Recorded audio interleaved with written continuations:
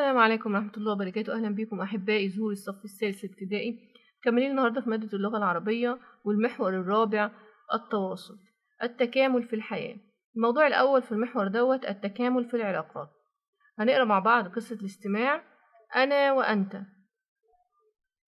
في العيد ينتظر أطفال العائلة هدايا الجد، فهداياه دائما ما تكون مميزة، ومن الغريب أن كل طفل بالعائلة يحصل على هدية مختلفة عن غيره. وجاءت ليلة العيد وأنا متحمس ولا أستطيع النوم، فبالي مشغول بالتفكير في هديتي وفي حفلة العيد التي تعدها لنا أمي مع العائلة. دخلت أمي الغرفة فوجدتني مشغول البال ولم أنم بعد، فسألتني: فيما تفكر يا عمرو؟ فرددت متسائلا: هل تعتقدين يا أمي أن جدي سيحضر لي ولابن عمي الهدية نفسها؟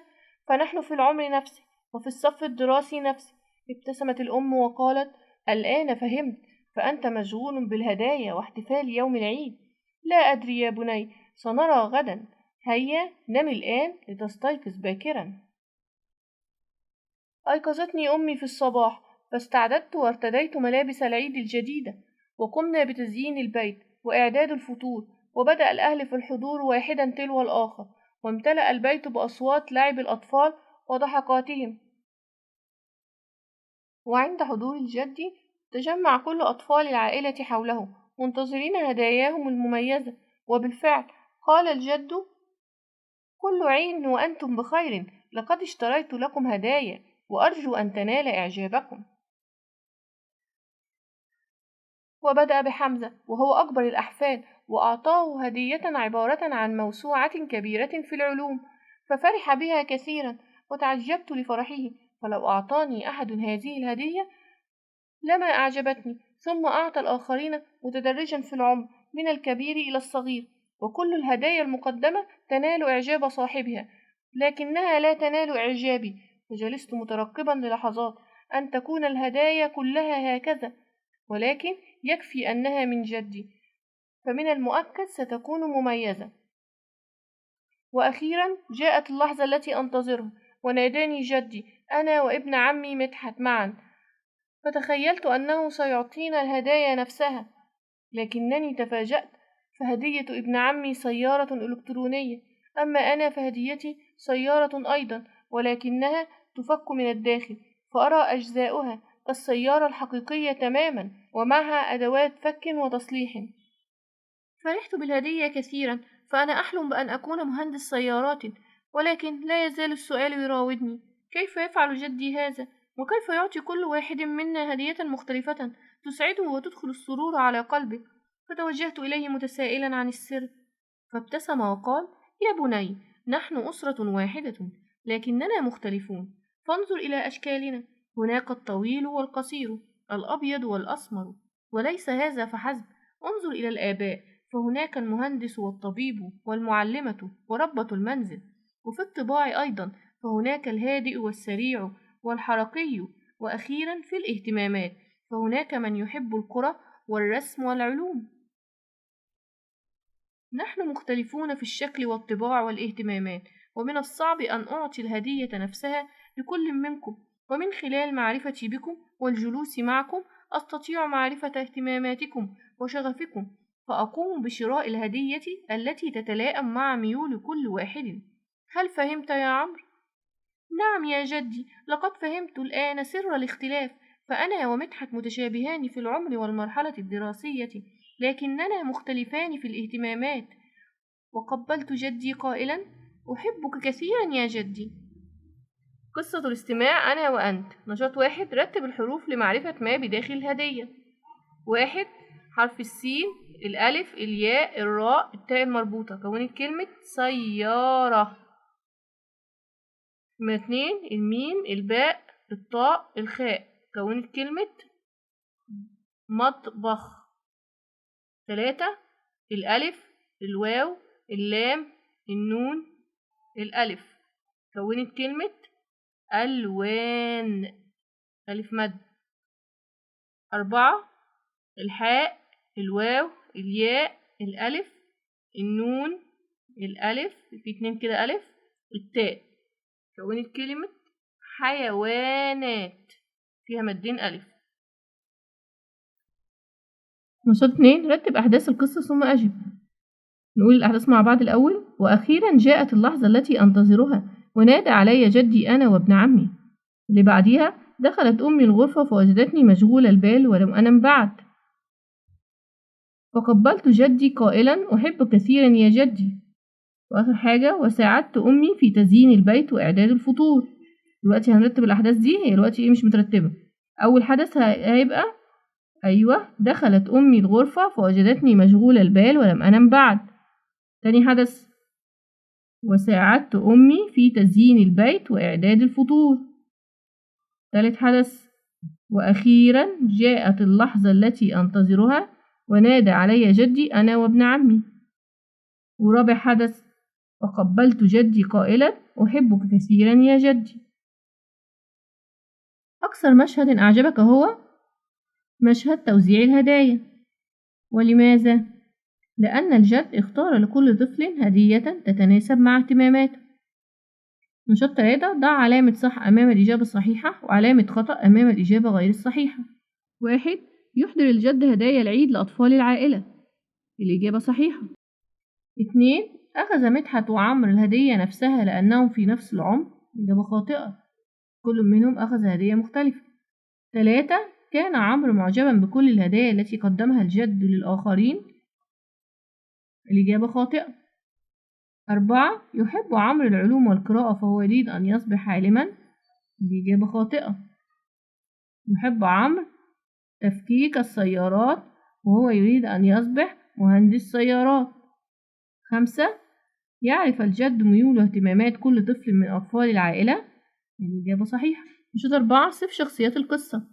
الجد من صفاته يهتم بأحفاده اللي هم أطفال العائلة والذكاء والحكمة. وعمرو من صفاته النشاط والفضول والتعاون. نشاط 5 اكتب المختلف والمتشابه بين عمرو ومدحت في الشكل الذي أمامك. عندنا عمرو اهو ومدحت، المتشابه بينهم العمر والمرحلة الدراسية. طيب والمختلف؟ المختلف في الاهتمامات. فعمرو يحب السيارات التي تفك من الداخل، أما مدحت يحب السيارات الإلكترونية. هنفرق دلوقتي بين همزة القطع وألف الوصل. همزة القطع هي ألف فوقها أو تحتها همزة، زي الألف اللي فوقيها همزة كده ويبقى فوقيها فتحة أو ضمة، أو ألف تحتيها همزة يعني تحتيها كسرة. تظهر في النطق دائما في أول الجملة وفي وسطها. طب دي همزة القطع بتظهر دايما سواء في أول الجملة أو في وسطها. طيب ألف الوصل بقى هي ألف دون همزة، يعني ألف مش محطوط عليها همزة، تظهر في النطق وفي أول الكلام ولا تظهر في وسطه، يعني بتظهر في أول الكلام بننطقها لكن في الوسط ما بننطقهاش. يمكن التفرقة بين همزة القطع وألف الوصل بإضافة واو قبل الكلمة، فإن نطقت الهمزة تكون همزة قطع، وإن لم تنطق تكون ألف وصل. طيب إحنا مش فاهمين، طيب ندي أمثلة.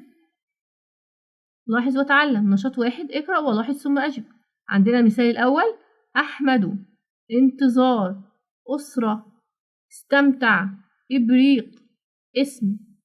نلاحظ إيه هنا؟ إحنا نطقنا الألف في كل الكلمات الموجودة في المثال الأول. طيب في المثال التاني حطينا حرف الواو قبل كل كلمة، هي نفس الكلمات بس حطيت حرف الواو. ننطقهم مع بعض. وأحمد وانتظار وأسرة واستمتع وإبريق واسم. لاحظنا هنا الاختلاف. أول كلمة أحمد في المثال الأولاني نطقنا الألف، طيب لما حطينا الواو وأحمد هنا برضو نطقنا الألف، دي نسميها إيه؟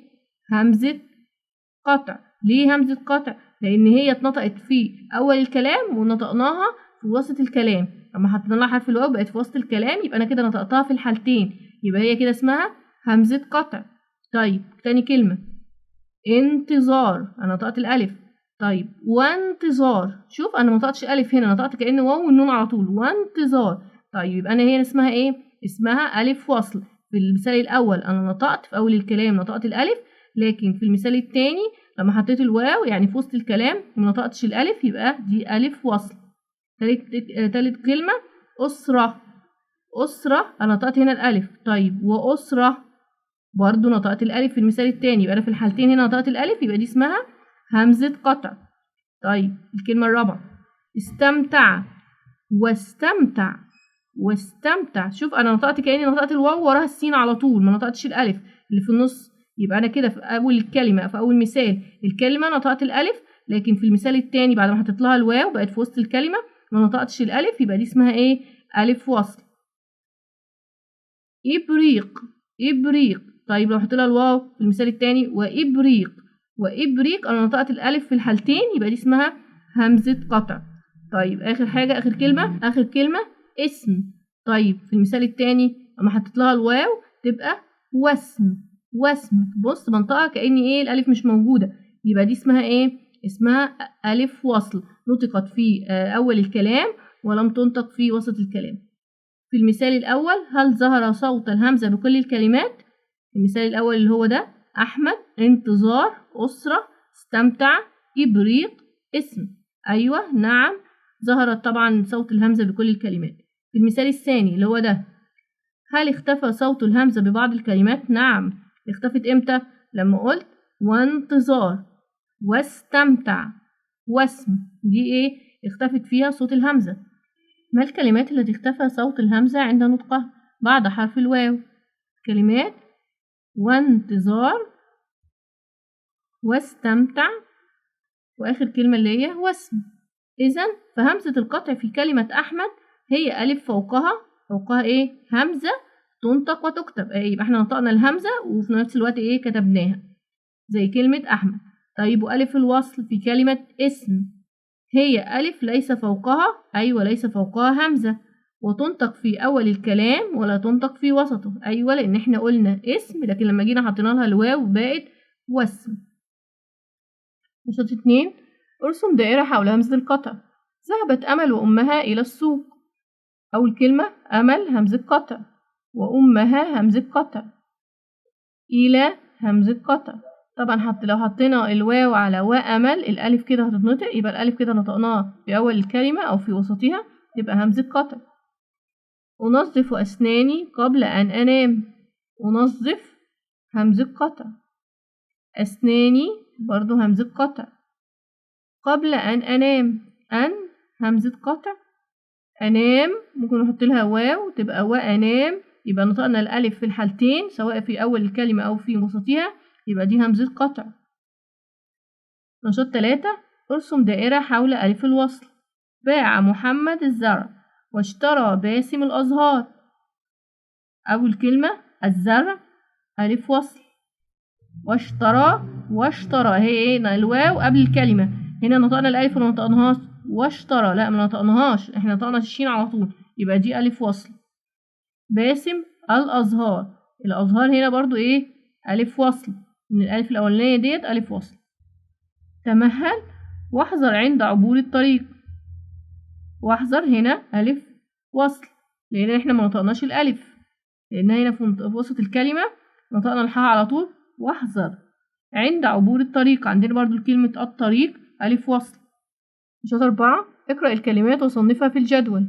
أحمر، ابن، أسنان، أسد، إشارة، اهتمام، اجتماع. دلوقتي الكلمات كلها اللي انا نطقتها دي حرف الألف اتنطق في أول الكلمة. طيب احنا عايزين بقى نخليها في الوسط، الألف تكون في الوسط عشان أعرف إذا كانت هتنطق أو لأ. لو نطقنا الألف في الوسط هتبقى ايه؟ هتبقى همزة قطع. طب لو نطقناش الألف هتبقى ألف وصل. يعني أول كلمة أحمر نحط ايه؟ واو تبقى وأحمر، يبقى دي ايه؟ نطقنا الألف يبقى همزة قطع. طيب ابن نحط الواو تبقى وابن. شوف انا نطقت كأني نطقت الباء على طول، يبقى دي ألف وصل ما نطقناش فيها الألف.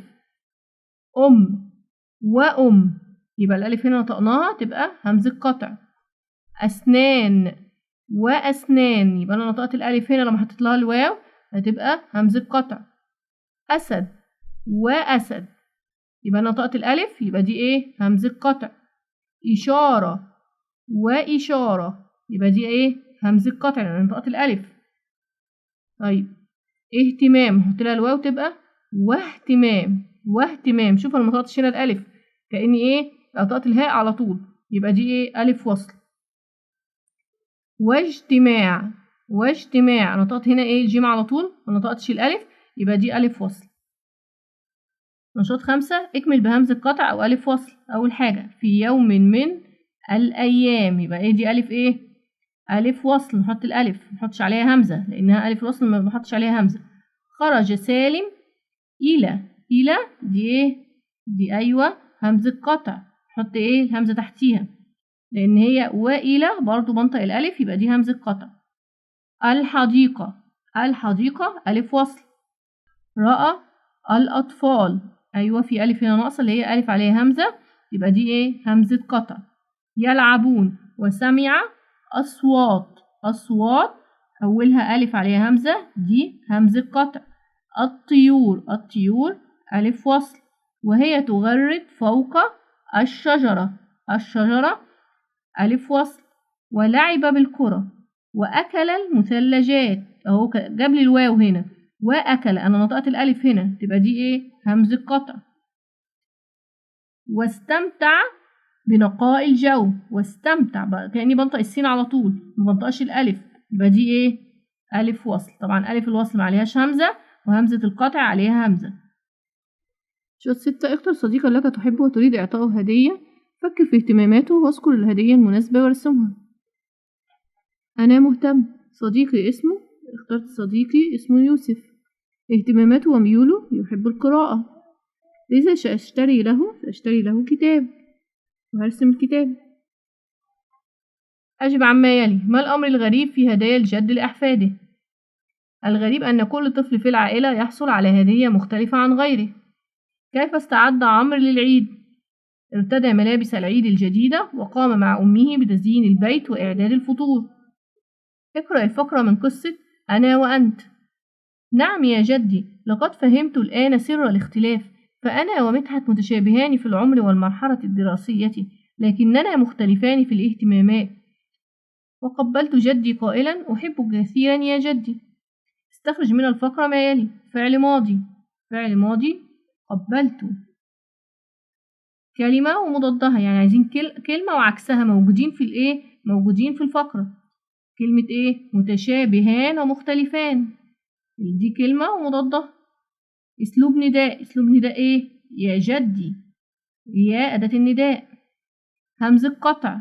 همزة قطع اللي هي همزة الألف اللي عليها همزة وإيه بننطقها في أول الكلام أو في وسطه، اللي هي أحبك. ألف وصل. ألف وصل ممكن نختار أي كلمة فيها ألف ولام، احنا اخترنا كلمة العمر. مفرد أسرار سر. كده الفيديو بتاعنا يكون انتهى النهارده. متنسوش اللايك والشير والاشتراك في القناة. اشوفكم في أتم الصحة، والسلام عليكم ورحمة الله وبركاته.